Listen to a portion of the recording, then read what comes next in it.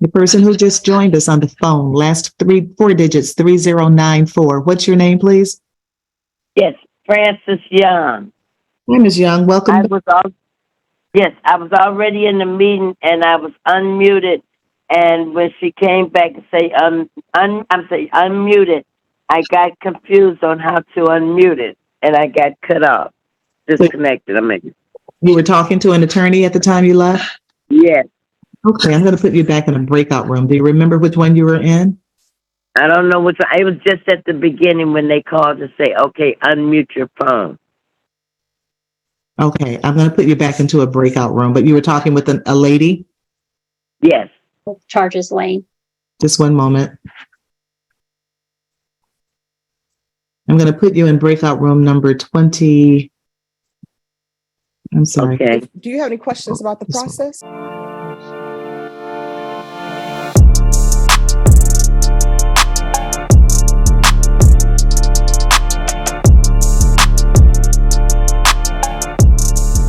Are you Brian Lee Cole? Yes, ma'am. Mr. Cole, you've been charged in traffic case number 2023 TR 2996. It's alleged in count 1 that on or about the 3rd day of September 2023 in Butler County, Kansas, that you were driving a vehicle on the highway or roadway in the state of Kansas when your license was suspended or canceled, and that you previously were convicted in 2014 of driving while suspended, such that if convicted of this offense, it would be a second offense. It carries a maximum of 1 year in jail and a $2,500 fine. That would be the county jail. On a second offense conviction, there is a mandatory minimum $100 fine and 5 days that must be served in the county jail. On 2, you're charged with traveling 81 in a 65 mile an hour speed zone. That is a fine. It's what we call an infraction. There's no jail time associated with it. Okay. I'm going to enter not guilty pleas for you to visit with an attorney unless you want to waive counsel and enter a plea of guilty today and get sentenced on the offense. Do you know what I will be facing if I just said do it today? A minimum of 5 days you have to serve in the county jail. Okay, and then A fine, both of them. of 100. No, the speeding after you pay the court costs and everything, I think you're probably looking at $350. But I would give you time to pay off your case. Yeah, I would rather do that, ma'am, because I have a false case against me in Texas for aggravated assault with a deadly weapon, and I'm willing to take a polygraph test or whatever and let them know that I have nothing to do with an aggravated assault. Well, hang on a minute then. So does the jail have a hold? Oh, I see that. There is a fugitive warrant. Yes, I've been in Kansas for 3 years, and this warrant was issued March 15, 2022. I'm not understanding. I work 7 days a week. The only reason I was driving because my boss was going to sleep on the road. We was coming from Joplin, Missouri. I was going to surprise my wife and kids on my birthday, and here I am locked up. Okay. Yeah, it is alleged that on or about the 17th day of February 2022, that you committed an aggravated assault with a deadly weapon in Harris County, Texas. I've been in Kansas for 3 years. I can't tell what the Harris County judge set the bond at on here. Yeah, I mean, can I at least get a bond on that so I can? I work 7 days a week. It will mess my whole life up, man.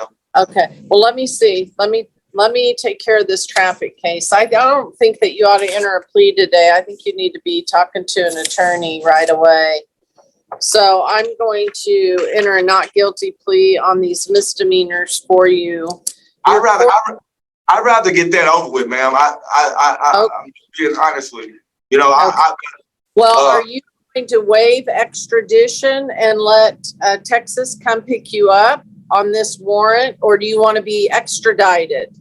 I was really trying to see if I could talk to Texas some type of way. I mean, because this doesn't even make sense.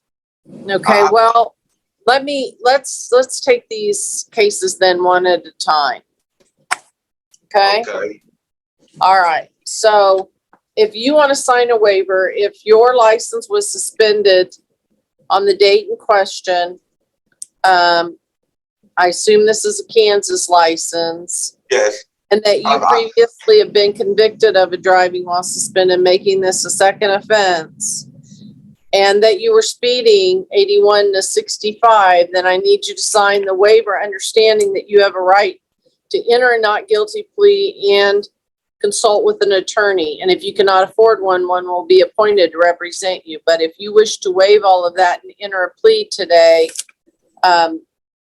I will find you guilty on the driving while suspended and the speeding, and I will. And on the speeding, not to cut you off, ma'am. On the speeding, the officer let you know it was totally a mistake. I was coming up a hill, and he was parked on the side of the road. I dropped my drink in my lap and pushed my gas instead of my brake. He seen me slowing down. You know what I'm saying? Well, then I'm just going to enter not guilty pleas for you because I can't do anything about the ticket. And it doesn't require any kind of intent to speed. Yeah, but the whole thing is, I'm trying to get Texas done with. I thought you wanted to enter a plea. Doesn't sound like to me you do. I've got to move on with the other cases. I have a lot of that's what I said. No, today. I was entering a guilty plea on my cases. Your court date on the traffic offense will be as follows. No, I wanted to plead guilty on my traffic. No, you don't. On the speeding, apparently you don't. Yeah, I want to plead guilty on both of them, ma'am. All right. I just want to get this over with and be done with it, so I can get back to work, ma'am. I work in Joplin, Missouri. I don't even stay in Kansas. All right, then you need to sign a waiver.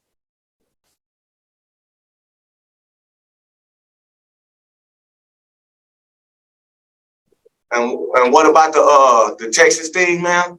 We'll get to that after we get done with these misdemeanor charges. Thank you, ma'am. Thank you so much. I'm sorry. He has signed the waiver of counsel, Your Honor. All right, sir, in count one, driving on a suspended license on the third day, which would have been Sunday of September 2023 in Butler County, Kansas. How do you plead? Guilty, ma'am. Were you operating a vehicle and stopped for speeding and they discovered you did not have a valid license? Yes, ma'am. My boss was going to sleep and I just took over driving for him. All right, and you have a prior conviction for driving while suspended? Yes, ma'am, I do. All right, and that was out of Wichita?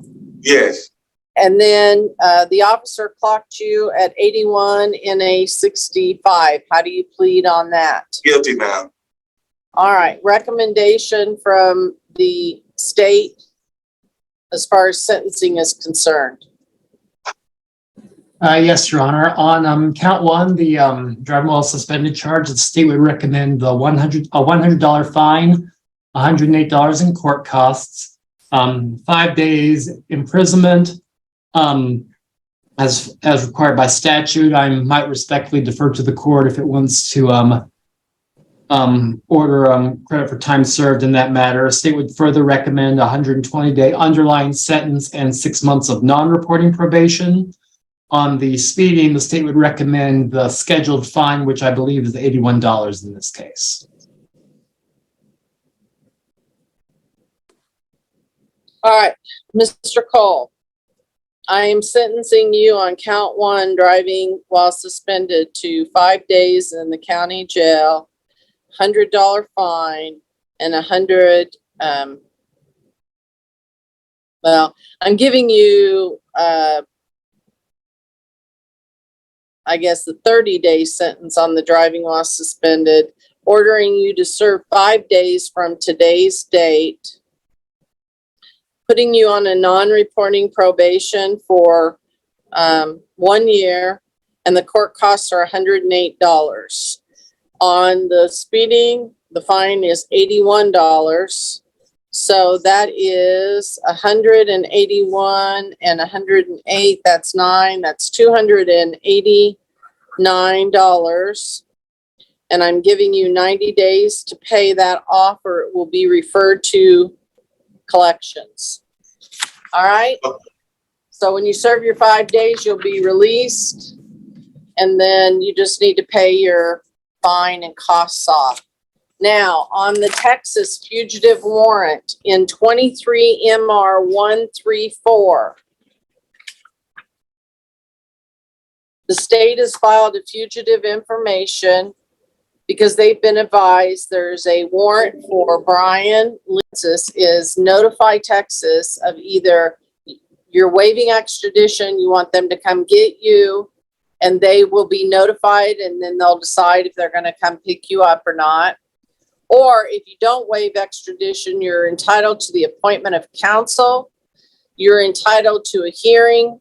Bond will be set normally, depending on what the recommendation is from the jurisdiction in which the warrant was issued.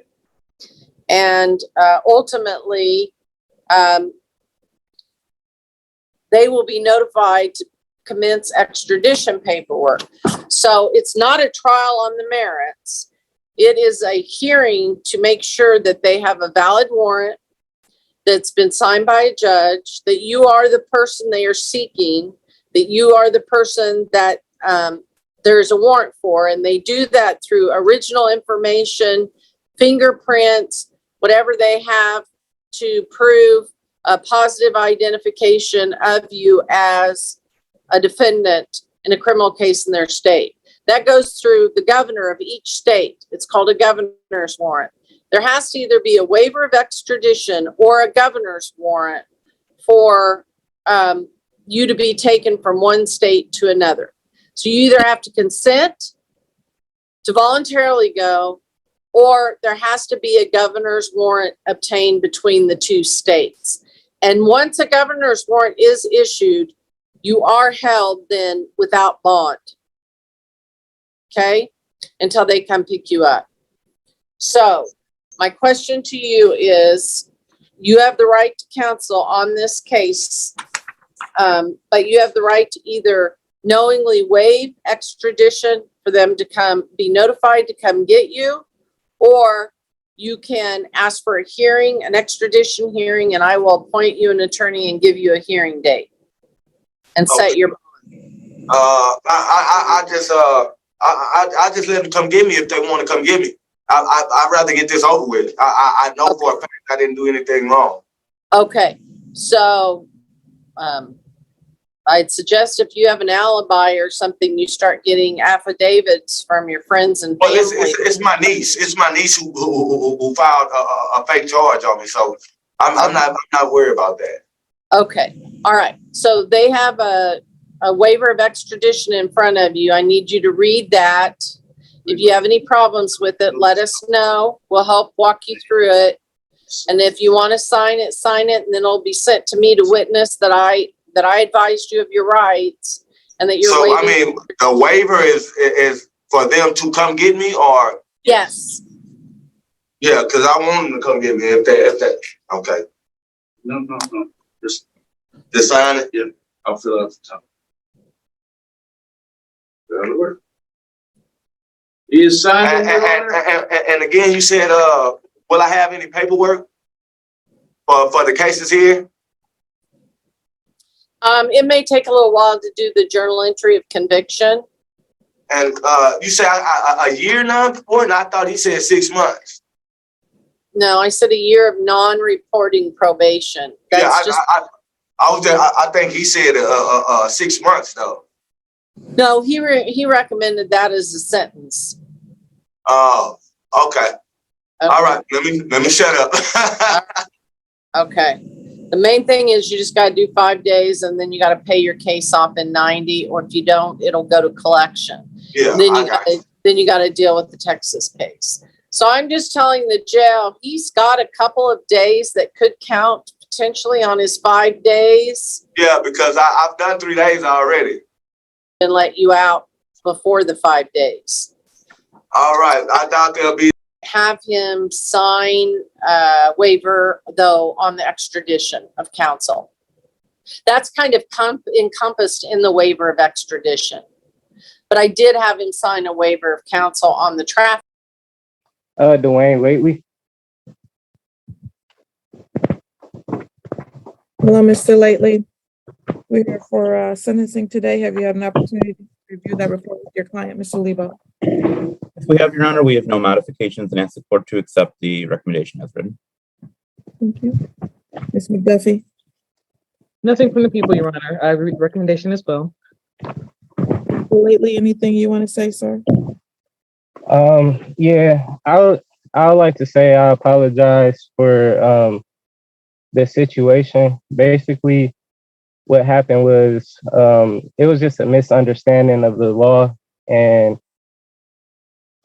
basically moving very fast because I got into it with my girl. I had like a little situation where we got into an altercation and I had to put the firearm in my car, and I didn't understand the law at the time and how it works.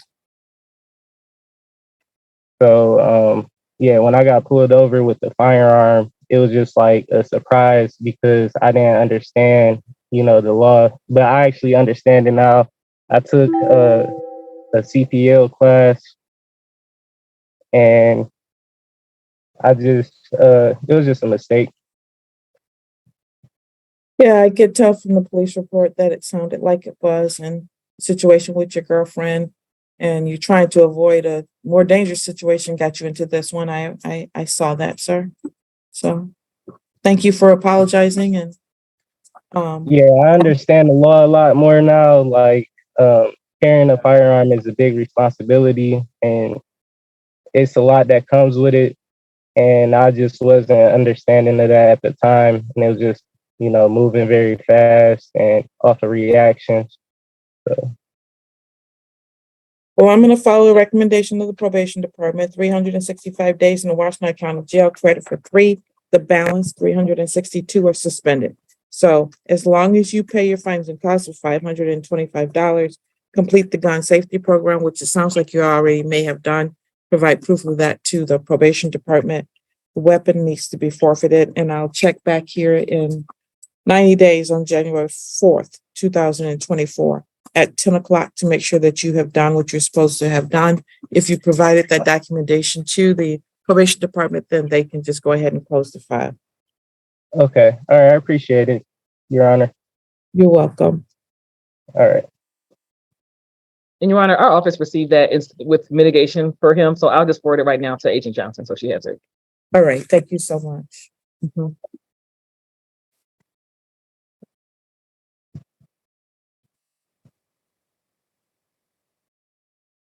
The court will call the Christina Morgan matters, case numbers 21 FB 1530, as well as 21 FB 1644.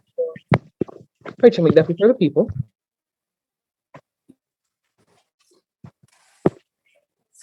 Miss Christina Morgan, please state your name. Christina Morgan. Thank you, ma'am. Thank you. All right, we're here on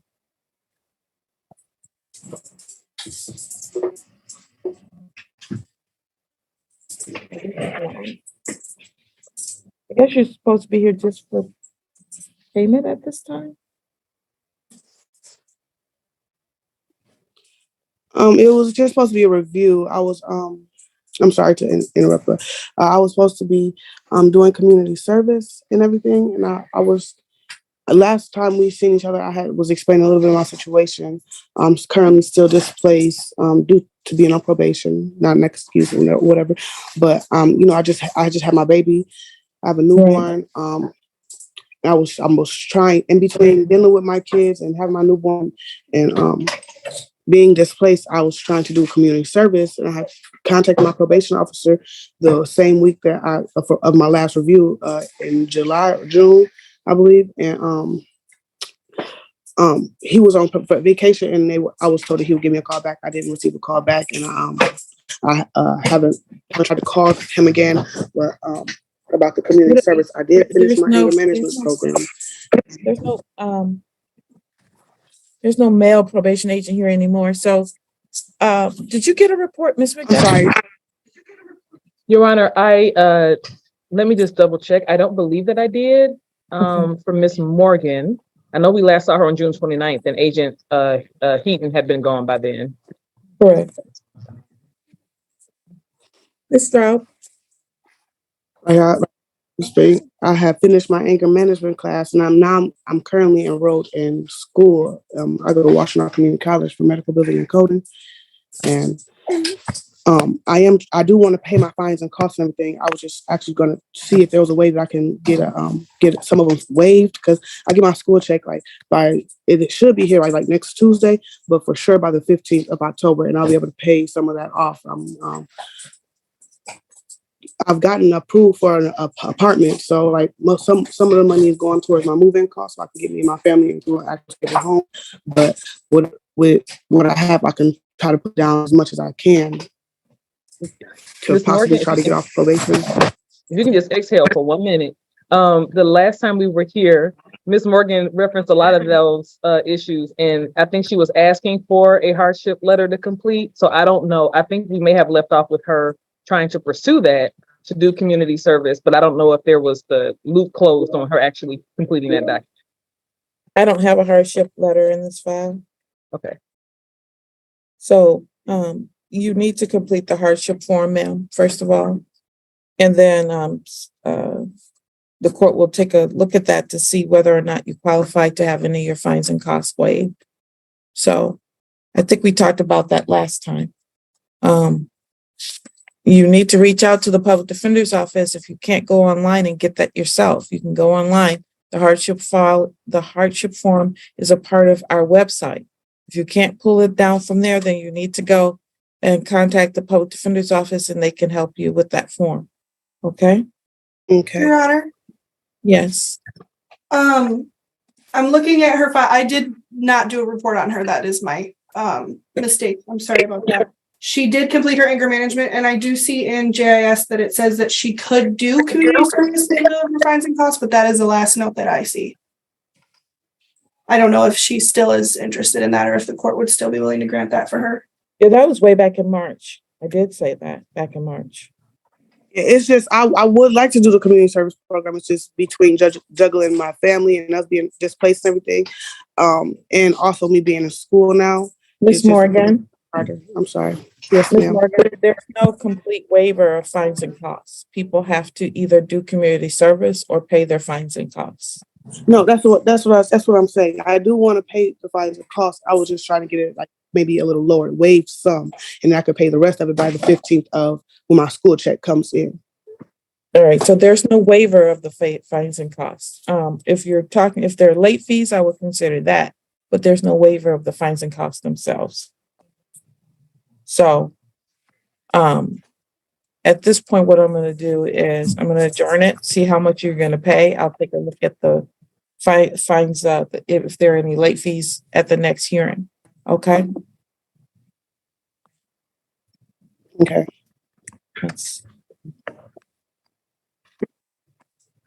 All right. No, I'll figure it out. All right. I'll bring you back here on November 30th, 2023 at 10:00 a.m. Ms. Straub, in the meantime, if you could check on the late fees so I'll know which amount is late fees if there are any. that may be waivable? I can do that, Your Honor. I appreciate it. So we'll see you back here on November 30th, ma'am. Please pay what you can, and then I'll take a look at late fees on that day, okay? Alrighty, thank you. Up here? Yeah, there you go. You are Gerardo Galvin? Oh, yeah. Do you have an attorney? I do not. Why not? Yes, you do. Yes, you do. You need money assistance.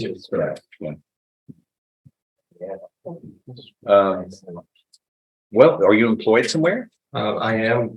Doing what? I work for Peak Electrical Engineering. Okay. Well, so how much do you make an hour? Do you get paid an hour? I get $32 an hour. How much? So $32. Oh, gosh, you're gonna go hire somebody. Yeah. I mean, that's $70,000 a year. I got a lot of expenses. Still doing, you're gonna have to curtail. If you can make $70,000, you can hire your own lawyer. The taxpayers aren't gonna pay for this. I'm sorry for your expenses, but like everybody else, I do that. this is important. You almost interrupted me there. I'm sorry. Yeah, because she can't take both of us talking, and then I get in trouble. I don't want in trouble with her. But no, you're gonna hire your own lawyer to get this. I'm gonna give you 30 days to do that. Do you understand? You got 30 days to hire a lawyer and come back here. If you don't have a lawyer, tell me what lawyers you've talked to. I want the list and the names. But at $32 an hour, you can hire your own lawyer, sir. That's a fortune for a lot of people in this county. But that's $70,000 for a 40-hour week. Okay? Yeah. And it's electrical? Electrical. Oh, you got all the business in the world. I did have a lawyer in the beginning. His name is Ned Burnett. Okay, but that's you gotta go find them. You know, you can hire one, and there are lawyers in this room right now, but I'm not gonna hire one for you. You're gonna have to go when you're making that kind of money. That's a lot of money. Really, compared to most people. But the taxpayers don't find it amusing for somebody making $70,000 to have to pay for their lawyer when they're charged with a company. I'm answerable to them. You got 30 days to get a resetting. Okay, sir? Okay, come back and tell me where you are in that, but try to find a lawyer, or we'll kind of turn up the heat a little more. Get a reset. Ricky Herring. Tell me extra there. Ricky Herring. Riding the bus. I don't really know how to ride the bus like that, so. I was into the ride the bus like that. You find out what the route is and you get up early. Yeah. I'm no excuses, but I never like rode the bus like that. I've always either drove or had a I've ridden ride. the bus. And this is the second time you've been late. I know, I'm sorry. Well, no, here's the thing. At some point, your sorry is not gonna get us. So if you want, I can have you ride the bus, but the bus that you'll be riding will be the one that the inmates ride, and we'll make sure that you're on time. And you can figure out how the inmate bus works. Do you want that to happen? No. I've ridden the bus before. There's nothing wrong with riding the bus. And I rode the bus when I was a defense attorney, and you know what I would do? I would end up at court at 7:30 a.m. Do you know why? Because I knew I had to be in court at 9, and I knew that things could happen with riding the bus. Because sometimes the bus runs late, and guess what? Sometimes the bus runs ahead of schedule. And when it runs ahead of schedule, they don't wait. They're really supposed to stay there and wait till it's on schedule, but they don't. And when your bus is late, guess what? The next transfer that you're supposed to take, it would already be gone, and you would have to wait. So for me to be on time in court, I would usually end up getting here at 7:30, 7:45. Which bus did you take? I got on the bus. I know bus 8 brought me down here. What bus I got on? You should know your routes. I still know my bus routes. It was Because I got on from Raybon, from the Spring Hill Apartments. So here's But I know 8 brought me down here to the courthouse, and I got off a block away. So it was a block because I'd asked the bus driver before I go from there. He said go up a block and over a block, and that's what I did. And that's how I.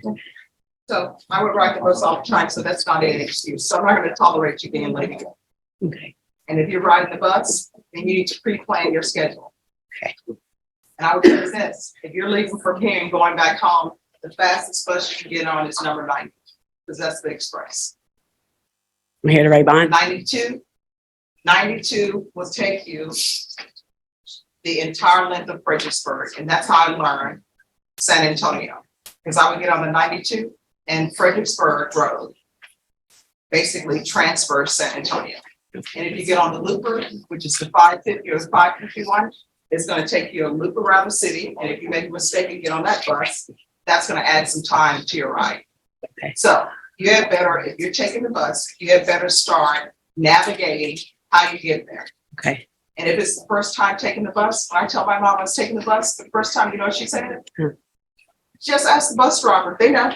You can tell them, hey, this is where I am. What is the quickest route? And not only would they give you a sheet of paper that shows you the bus route, they'll mark it off to tell you, this is the quickest route for you to get where you need to be. You gotta ask questions. Okay. The first time I rode the bus here, I didn't realize you had to pay. Because in Baton Rouge, you don't. No, in Baton Rouge, you don't have to pay for the bus. When you're in school, just get on the bus and it takes you wherever you want to go. You don't have to pay for it. So the first time I got on the bus here, I actually had to pay. I was like, this is nuts. Why are you guys paying for a bus? I'm a student. So what are we doing with your client's case? We need a trial setting, Judge. All right, have you received an offer? Yes. And when did you receive the offer? Well, some time ago, it's marked there. So last setting, Like 2 weeks ago. And are you rejecting that offer? Yes. All right, Ms. Ferguson, I need a jury trial date. Is this family violence or criminal trial division? criminal trial division. All right, criminal trial, how long do you expect this trial to last? Natasha Jenkins. Judge, It's an aggravated assault with death as well. 2 or 3 days. Judge, I don't know any of the facts, but I wouldn't imagine longer than a week. All right, Ms. Ferguson, I need a jury trial date for Jenkins. January 24th. All right, we're gonna come back on January 24th. We will be on time. If you're not Yes, on ma'am. time, we're probably gonna have to make sure that you're on time. Yes, We're giving ma'am. you transportation from the jail bus. Yes, ma'am. Ms. Ferguson will give you a reset form. We'll sound Brado Garcia. To the podium for me.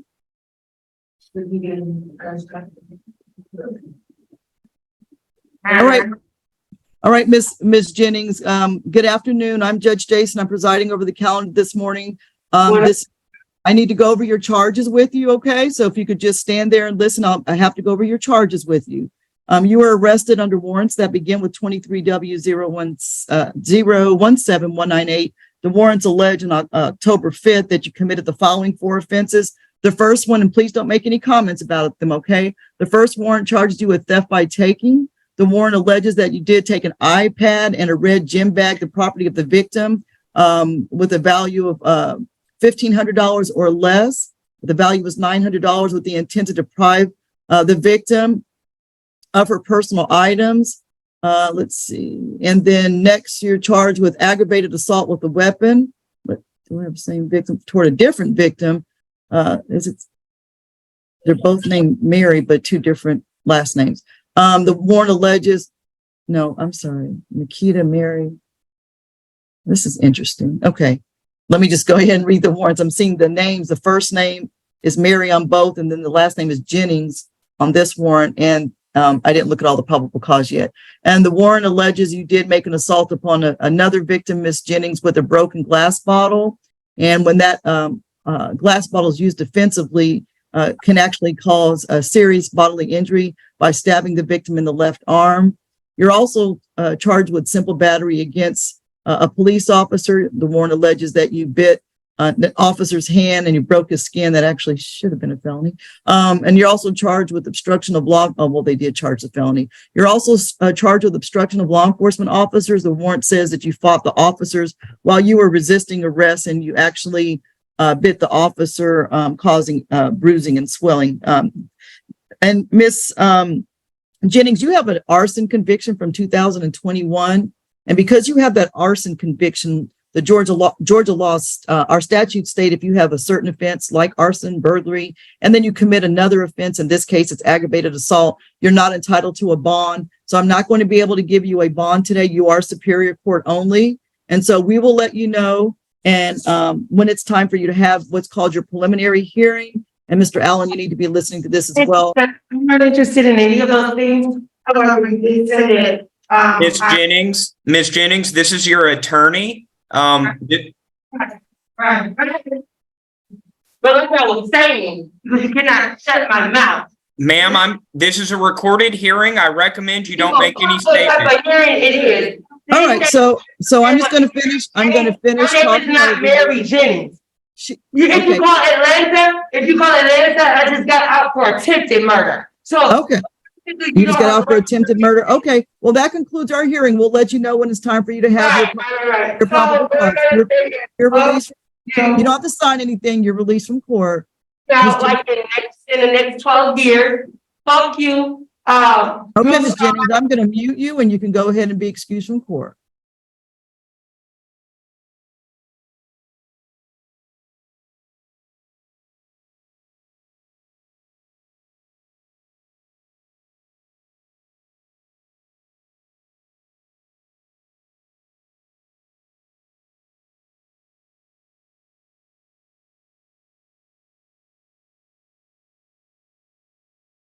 My mind is a steel trap. Rashawn, isn't my mind a steel trap? Thanks.